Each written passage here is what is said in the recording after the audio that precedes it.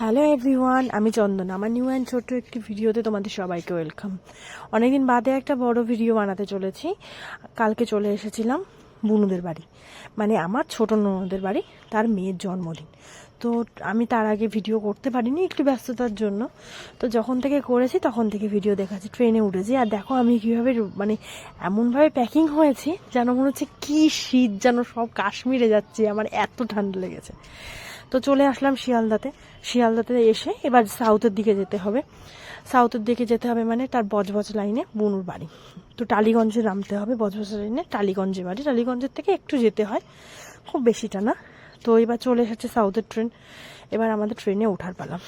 ট্রেনে উঠে বেশিক্ষণ না, 4-5টা স্টেশন বাদেই টালিগঞ্জে। তো টালিগঞ্জে নেমে গেলাম। তো দেখো বন্ধুরা, মানে কি বলবো, 4.5 বছর বাদে ছোট ননদের বাড়ি আসলাম। খুব ভালো লাগছে, এক্সপিরিয়েন্সটাও খুব ভালো লাগছে।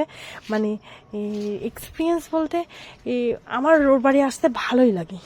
যদি ওদের বাড়ির সবাই খুব ভালো, মাসিমণি মেসোমশাই তো খুব ভালোই, আর জামাই আর মেয়ের কথা তো বাদই দিলাম। তো ওদের বাড়ি যথারীতি আমরা পৌঁছে গেছি। পৌঁছে যাওয়ার পরে সবাই মিলে একটুখানি এক জায়গায় বসে হাসি ঠাট্টা আড্ডা হচ্ছে। যদি আমরা রাত্রিবেলা এসেছি, অনেকটা রাত হয়ে গেছে আমাদের আস্তে আস্তে। বনুদের ঘর বাড়ি বেশ সুন্দর করে ফেলেছে, মানে সুন্দর করে ফেলে নতুন করেছে আর কি। আগেও খুব ভালো ছিল, কিন্তু এখন নতুন অন্যরকমভাবে করেছে আরও। তারপরে এখন সব তাই একটু ভিডিও তুলছিলাম। তারপরে রাত্রের ডিনারটা কমপ্লিট করব। আগে ওরা বসে পড়েছে, তারপর আমরা সবাই মিলে বসে পড়লাম। দেখতেই পাচ্ছ, সব থেকে বড় কথা, আমার শাশুড়িকে নিয়ে এসেছি। মানে মার একটু হাঁটতে চলতে অসুবিধা হয়।